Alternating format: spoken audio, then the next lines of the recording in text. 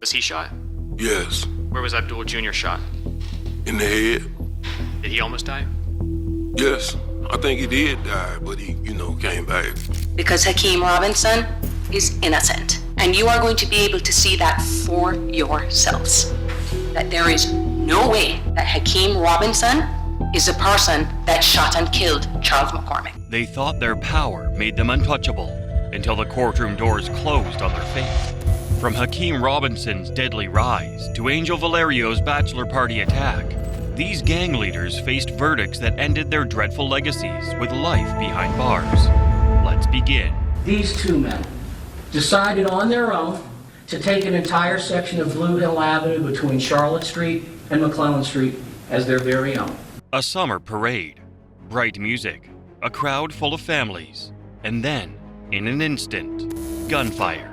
By the end of the day, 26-year-old Don Jaffier was gone, and Boston was in a state of shock. On August 23, 2014, Boston's annual Caribbean Festival parade was filled with music, laughter, and bright colors. But what was supposed to be a day of joy turned into tragedy. Shots rang out in the middle of the crowd, and 26-year-old Don Jaffier, a young woman who had dedicated her life to helping her community, was struck and killed. Another innocent woman was also hit but survived. The gunfire was not random. It stemmed from a feud between Wesson Colas and Keith Williams. Prosecutors said Colas pulled out a gun and aimed it at his rival in a crowded street. In that instant, Williams opened fire in response. The bullets didn't strike either of them, but instead hit the innocent bystanders, with Dawn losing her life instantly. The investigation quickly uncovered the chain of events. Just before the shooting, Colas had been seen confronting the same group inside a convenience store. He later armed himself, followed them, and raised his weapon. Authorities said this reckless decision set off the fatal outcome. Colas and Williams were both arrested and charged, with prosecutors arguing that Colas's actions showed indifference to human life. On December 28, 2017, both men were convicted of first-degree murder and later sentenced to life without parole. On February 22, 2021, Colas's conviction was overturned because the court ruled his actions, though reckless, didn't prove intent to kill. His case could now be retried as second-degree murder, with parole possible if convicted. Williams' sentence remains unchanged. Dawn Jaffier was never the target. She was an innocent bystander caught in the middle of a senseless feud. Colas's choice to confront his rivals on a crowded street, carrying and raising a gun, was reckless, but he had no direct motive against her. His anger toward his rivals caused devastating consequences for people who had nothing to do with the conflict. The resolution is complicated. Colas's conviction was reduced, leaving the door open for a retrial. District Attorney Rachel Rollins strongly disagreed with the ruling, saying the evidence clearly showed Colas's lethal intent. But Keith Judge's words echoed in the courtroom. We find the defendant not guilty, guilty of the offense as charged. Guilty of offense as charged. The answer comes guilty, and a life sentence without the eligibility of parole has been given to Keith. However, he showed no emotion for his actions. For her family, friends, and the community she worked so hard to uplift, the decision felt like justice slipping away. A parade that began with joy erupted into chaos and death in seconds. But in our next case, we take horror to the next level. A promising rapper's career destroyed by conflict. So Dominic Barner came in on January 15th, and he told just enough about himself to get him off his case. A rising rapper, a city torn by gang rivalries. 2 men died, and Hakeem's name was tied to both murders. In Jacksonville, Florida, the story of rapper Hakeem Robinson, better known as Queso, was once about music and rising fame. But everything changed when his name became connected to not one, but 2 deadly shootings. The first incident happened in February 2019, when 16-year-old Adrian Gaynor, known as Bibby, was shot and killed at the Hilltop Village Apartments. Less than a year later, in January 2020, Charles McCormick, known as Lil Buck, was gunned down outside Dames Point Plaza. Both deaths shook the city, and investigators believed Queso was behind them. Detectives began piecing the cases together. Evidence pointed directly to Hakeem Robinson, but he wasn't the only one accused. His brother, Abdul Robinson Jr., was also indicted for first-degree murder. Their father, Abdul Robinson Sr., faced charges as an accessory after the fact. The investigation revealed a disturbing family connection. What looked like a music dream was instead tied to a violent lifestyle. In September 2020, police arrested Queso and placed him in a Duval County jail for the January 2020 killing of Charles McCormick. While awaiting trial, another charge came crashing down, this time linking him to Adrian Gaynor's February 2019 murder. The double indictment meant his future was no longer in the studio, but in the courtroom. Prosecutors argued the killings were rooted in gang rivalries that had plagued Jacksonville for years. For investigators, the motive was clear: violent feuds carried out in the streets, masked by the success of a growing rap career. By 2023, it was announced. All right, Mr. Robinson, based on the verdict of the jury finding you guilty of the offense charged in the indictment. With his brother and father also facing serious charges, the case became one of the most talked about in Jacksonville. Instead of record deals and tours, Queso's life was defined by trials, indictments, and the possibility of spending decades behind bars. The sentencing will be scheduled for September 8th. At the time of sentencing, he shakes his head, thinking he will not be sentenced. However, he shows no remorse for his actions. For fans, it was a heartbreaking downfall of a rapper who once had promise. But our next case is pure rage on the streets, where one random encounter with a gang member ended a Navy pilot's life. I need medics to come in at 24-hour fitness. A Navy veteran weeks from retirement, a night out at a comedy club, a chance encounter with a violent gang member. By the end of the night, one man was dead, and another would live with trauma forever.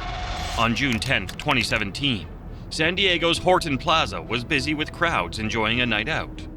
Among them was 43-year-old Navy pilot James Solani, who was only weeks away from retirement. But that night, outside the Madhouse Comedy Club, he would cross paths with a man whose rage turned deadly. James and his cousin Sean were simply walking near the club when they passed Arrow Morris and his brother Alfred. Sean greeted them with a casual "What's up?" but Arrow snapped back, "Don't talk to me," before pulling out a gun. Within seconds, James was shot in the head, neck, and chest, and Sean was grazed in the leg. James died instantly.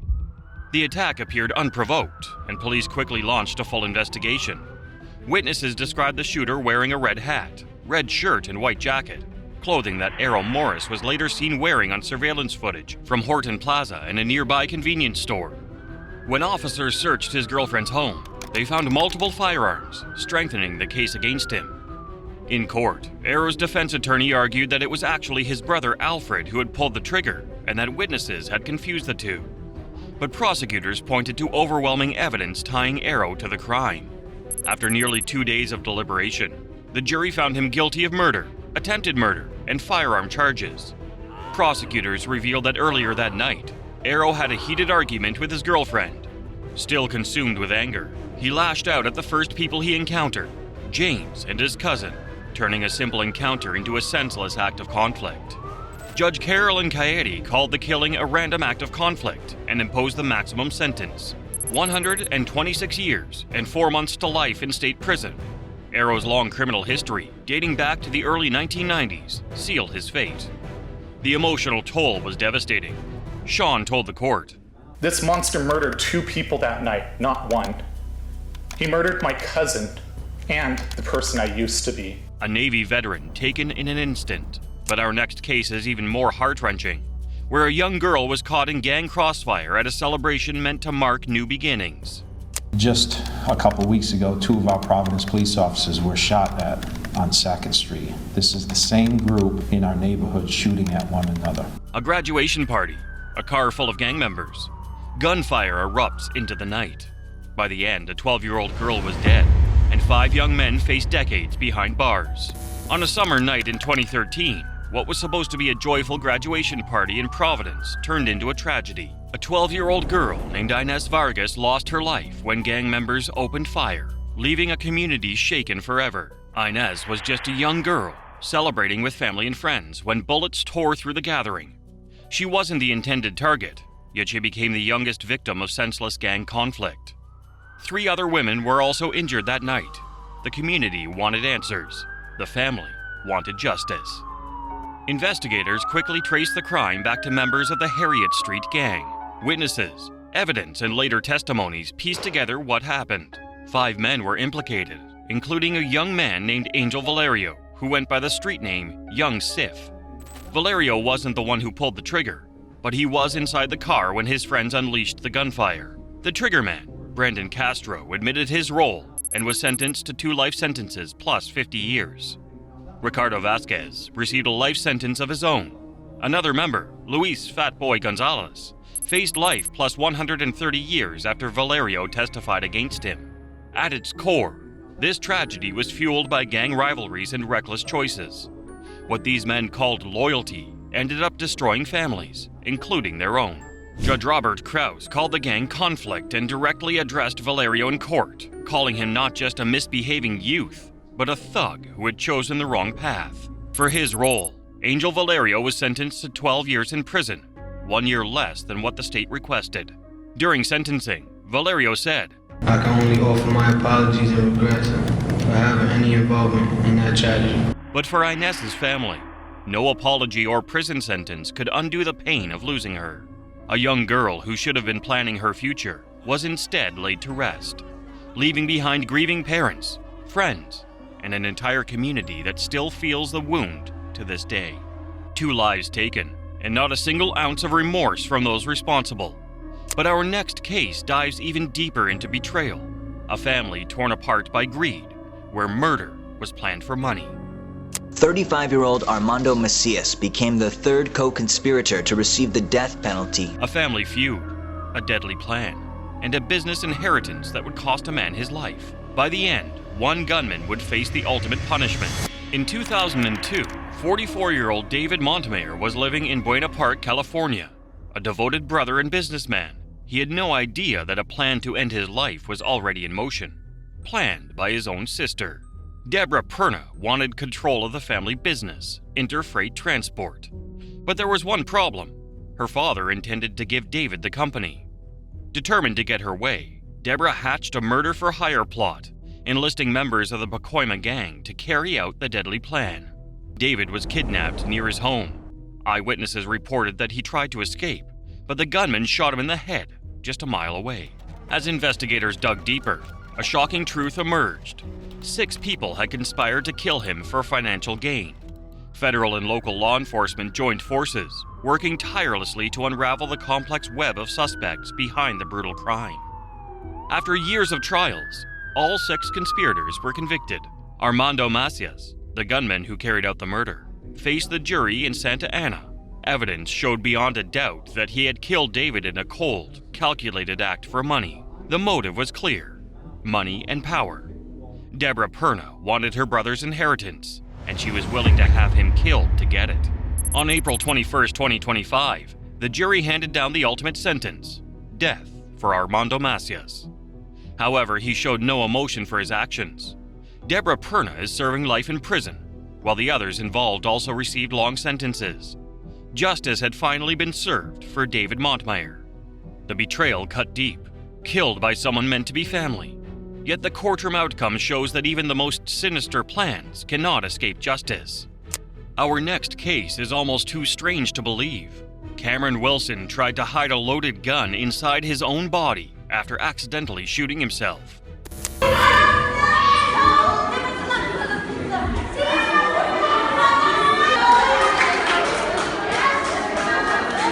An ordinary man, a hidden darkness, 4 innocent lives stolen. By the time the truth came out in a South African courtroom, dozens were left haunted forever. In October 2014, Cameron Wilson began a deadly crime spree, killing and assaulting multiple victims across South Africa. By 2017, the full horror of his actions came to light, and in August 2024, he was sentenced to 4 life terms, plus 71 years. Wilson's crimes spanned murder, attempted murder, assault, and possession of illegal firearms.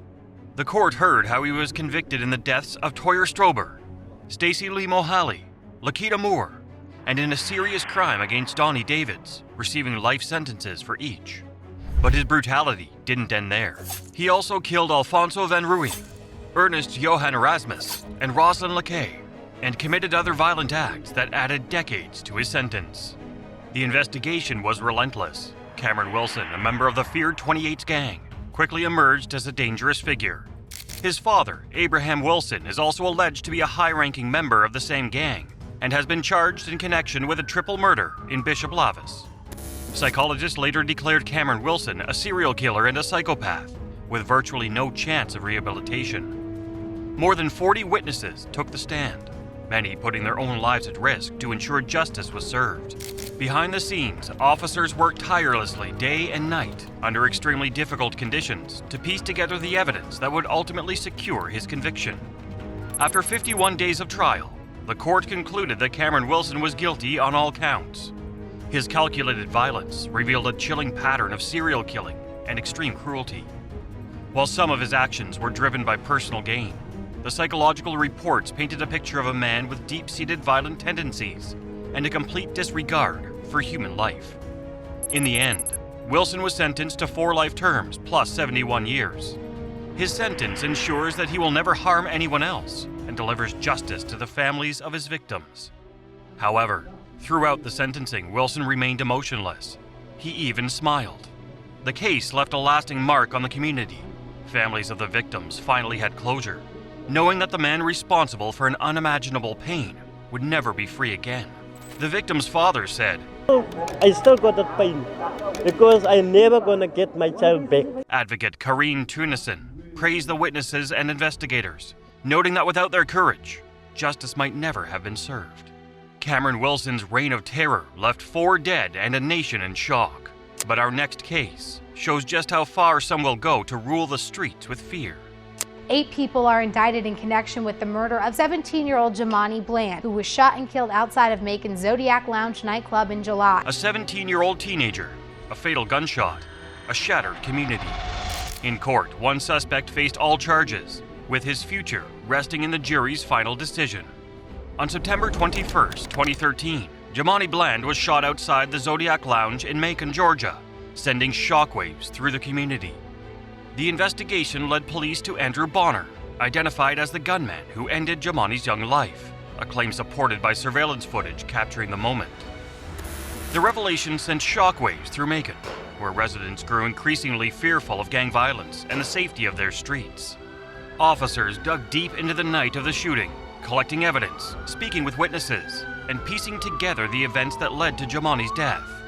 According to prosecutors, 17-year-old Jamani Bland has run up the stairs on his own to go to the safety of his car before he finds his friends. Get out of it. Despite claims from Bonner's lawyer that the wrong person had been arrested, prosecutors worked tirelessly to build a strong case. During the trial, the evidence was laid bare. Bonner faced charges of felony murder, malice murder, and gang-related crimes. The jury had the difficult task of reviewing the facts and deciding his fate. I hear people running up the steps trying to get up out of the club. It became clear that the shooting was tied to gang activity, a senseless act of conflict that claimed the life of an innocent teenager. The motive was rooted in street conflicts that had no place in a safe community. In the end, justice was served. The jury found Andre Bonner guilty on all charges. He was sentenced to life in prison without the possibility of parole, plus an additional 20 years, sending a clear message against gang warfare. However, he showed no emotion while the verdict was read. The verdict brought a mix of relief and sorrow. Family and friends mourned Jamani's loss, while the community felt a sense of justice. Andre Bonner's bullet ended a teenager's future, leaving a community in grief. Our next case travels to Florida, where a gang leader's empire of fear would stretch across hundreds of lives and dozens of killings. Tonight for a local gang leader. Fudo Charles became the face of Top 6, a name lawmen said was shorthand for violence that claimed at least 14 lives and terrorized part of our community. A ruthless gang leader, 14 murders, over 150 shootings.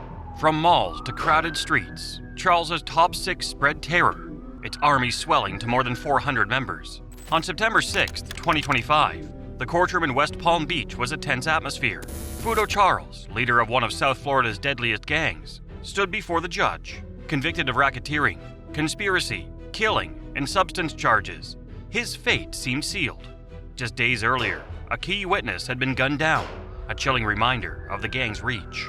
In the stillness of a West Palm Beach night, Eguel Geffrard stepped outside his home, unaware of the eyes watching from the dark. Then came the gunfire, sharp, sudden, deliberate. Within seconds, he collapsed onto the pavement, his life stolen before he could ever take the stand. For years, authorities had struggled to build a case strong enough to bring down Fudo Charles. Minor substance charges weren't enough, so prosecutors turned to racketeering laws, piecing together his empire of ruthlessness. But Geffrard's murder added a chilling twist, proof that Charles's reach extended far beyond the courtroom, silencing anyone who dared to stand against him. Jurors were partially sequestered with armed guards as the trial unfolded. Tension filled the courtroom as evidence proved Charles's role in orchestrating a violent criminal empire. Charles's crimes were fueled by power and control, using fear and conflict to dominate rivals and even his own members. But when the verdict was read and the results announced, We, the jury, find the defendant guilty of racketeering as charged in the indictment. the judge sentenced Charles to 65 years in prison. Despite his lawyer's objections, he would never walk free. He bowed his head as the judge read the verdict. For victims' families and the community, relief came, but the witness's murder was a chilling reminder of the deadly world Charles ruled. Fudo Charles ruled with ruthless precision, killings and shootings from the shadows. But our next case takes horror to the next level, where a gang conflict's dreadful mistake ends a young life in an instant. I stood here as the 60th mayor of Atlanta, but I stand here as someone who has personally and painfully been aware of the impact of gun violence in our community. A teenager walking home, 3 armed men, a fatal mistake. By the time the gunfire stopped, 18-year-old Darius Bottoms, nephew of Atlanta's mayor-elect, was dead, and his killers faced life in prison. On June 13, 2014, at approximately 4:15 a.m. in Atlanta, 18-year-old Darius Bottoms, the nephew of newly elected Mayor Keisha Lance Bottoms, lost his life in a shocking act of mistaken identity. What should have been a normal day ended in tragedy when Darius was ambushed while in his car, caught in the crossfire of gang violence that has gripped parts of the city. Authorities revealed that 3 young men, 23-year-old Ryan Bowdry, 22-year-old David DeJunta Wallace, and 19-year-old Rashad Barber, targeted Darius because they believed he was part of a rival gang. In reality, Darius had no gang affiliation. This devastating mistake turned a life full of promise into a heartbreaking loss for his family and the Atlanta community. The investigation into Darius's murder was thorough. Police gathered evidence, interviewed witnesses, and pieced together the sequence of events. The case drew intense public attention, not only because of Darius's connection to the mayor-elect, but also because it highlighted the deep-rooted gang issues in Atlanta. The first trial ended in a mistrial when a juror was found to have discussed case details with a police officer, forcing the legal system to start again. During the second trial, the prosecution presented a clear picture of the crime. Darius was shot in the head while sitting in his vehicle, while a passenger in the car escaped unharmed. Bowdry, Wallace, and Barber were identified as the perpetrators, and the evidence left little doubt about their involvement. The motive was tied entirely to gang rivalry and mistaken identity. The young men believed Darius was a threat, even though he had no connection to gang activity.